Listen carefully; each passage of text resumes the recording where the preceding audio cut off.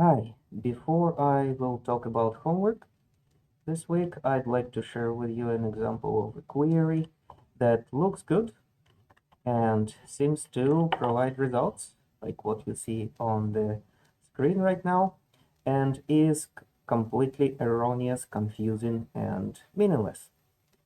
So please stop the video and check this out. You might have to retype it and dig into it and explain to yourself why is that the case. Now, the reason why I'm asking you to do it on your own is whether or not you were able to actually do it, you first should have learned something about the data because it is about the data. And second, you will appreciate the answer much more after you thought about it and will be ready to understand it much better than if I just told you what is wrong.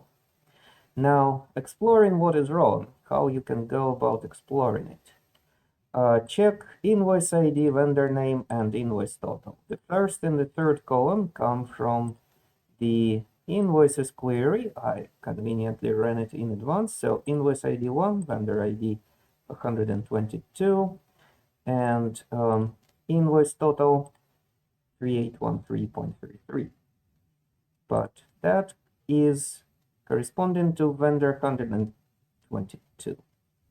And if I go and examine my vendors table, which I'm doing right here, and scroll all the way down to vendor ID 122, I will see United Parcel Service and not what I see over here, US Postal Service.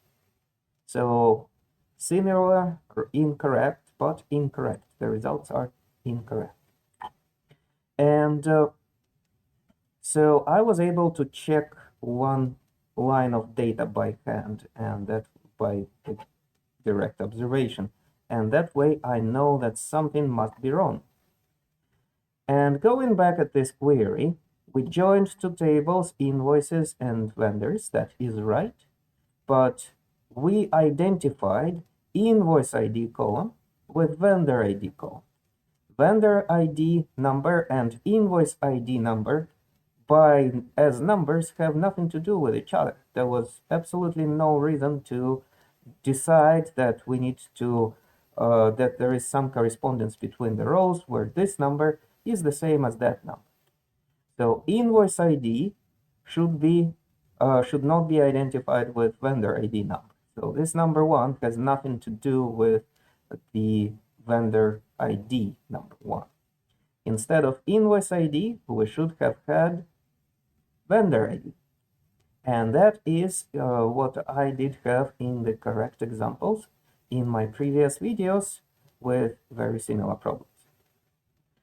So please make sure that your queries that you are going to write today make sense from the business perspective. Use your common sense and understanding what are you identifying. So don't identify apples and oranges. By which, by the way, I don't mean that the names of the columns have to be exactly the same.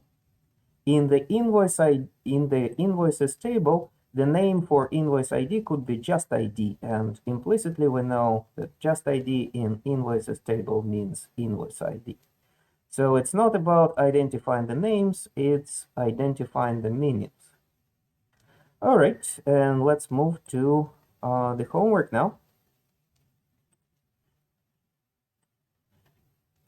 So one of the problems is about AP table, the other two is about product orders. So the interesting feature of the first problem, and I spell it out very explicitly, the columns which you want to join on have distinct names. And once you look at those two tables, you will immediately see what I mean and which columns need to be joined.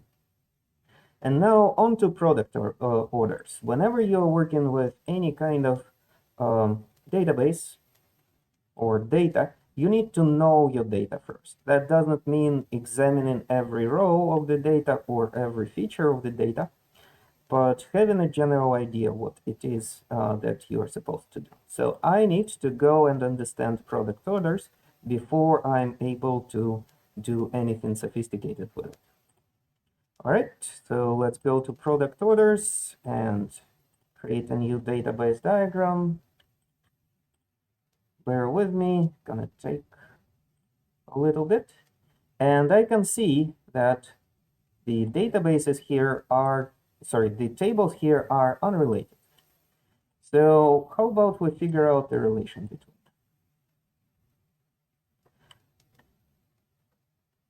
them? In one of the problems or in both of them, there are some columns to be retrieved from customers table. And there is an ID here, customer ID, and the rest are just specific data about the customer. Where else among my tables do I have customer ID? Here we are. And this is the only place. So this is a relation that is not spelled out, that is not realized in this database. But nevertheless, this is the two columns over which you need to identify. And just to make it a little easier, so maybe I'll use a snipping tool. Snip and sketch. I'm going to make a snip of this part of the table. Here it is in the snip and sketch, and I'm going to draw over it. So customer ID in this table corresponds to customer ID in orders, right? And order ID corresponds to order ID in order details. And item ID in order details corresponds to item ID. Now, you can actually ponder which one is the primary key, which one is the foreign key. I drew the relations, and that should be enough for you to figure out how to join two tables.